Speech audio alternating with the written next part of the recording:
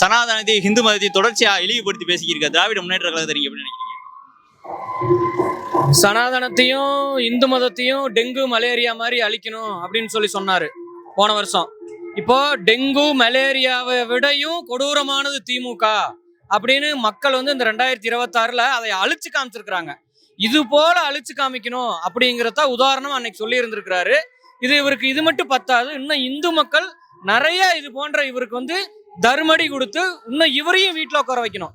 எப்படி இவரோட தந்தையை வீட்டுல உட்கார வச்சிருக்காங்களோ அதே மாதிரி இவரோட சீட்டையும் கூடி விரைவில் இந்து மக்கள் தொடர்ந்து இந்த திமுகங்கிற ஒரு கட்சியே இல்லாத நிலைமைய இந்த தமிழகத்துல உருவாக்குவாங்க.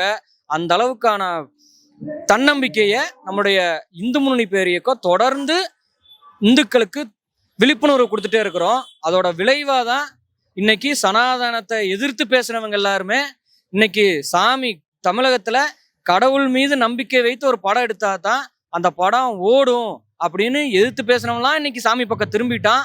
கூடிய விரைவில் இந்த உதயநிதி ஸ்டாலினும் கட்டாயமா திரும்ப தான் போறாரு.